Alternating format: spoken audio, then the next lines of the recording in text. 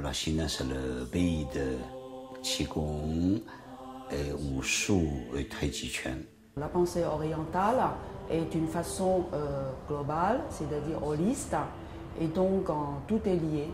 L'homme et la nature se fait un tout. Si vous dites, vous racontez une histoire de Wushu, ça c'est trop vaste. Si on dit combien d'années, je pense plus que 10 000 ans.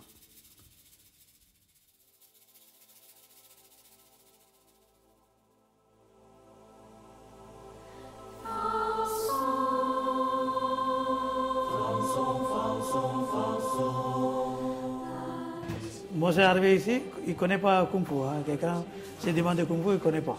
Ils ont dit karaté, des autres karaté.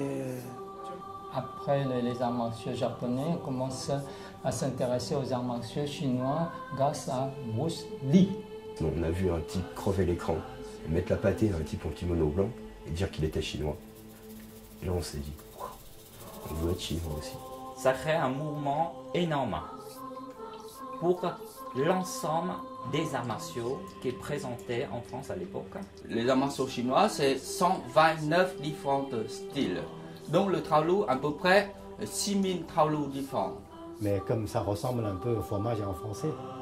Le Wushu présente un panel très riche de chemins de pratique. La compétition n'est pas une fin en soi, c'est un moyen de mieux se connaître. C'est un chemin, c'est une étape. On a tous le même objectif, vivre bien et longtemps. Dans toutes les époques, l'homme a cherché à avoir dans le combat une bonne santé. On peut pratiquer le tai chi en tant que technique martiale, mais ça ne cessera jamais d'être une technique de santé. Ou alors ce n'est pas une pratique martiale de tai chi. On pense que l'interne, c'est on se batte comme ça. Ça, c'est une façon de pratiquer. Quand c'est mou, il n'y a pas d'efficacité. Quand c'est trop dur, ça casse. Le Tai Chi Chuan, au moins en France, a été connu comme une gymnastique. Tai Chi, gymnastique chinoise, c'est un mouvement lent et très précis. Dit aussi Tai Chi Chuan. Un peu onirique. Les gens se disent vraiment, c'est bizarre. On peut dire c'est gymnastique, oui, parce que tout le monde peut faire des mouvements comme ça.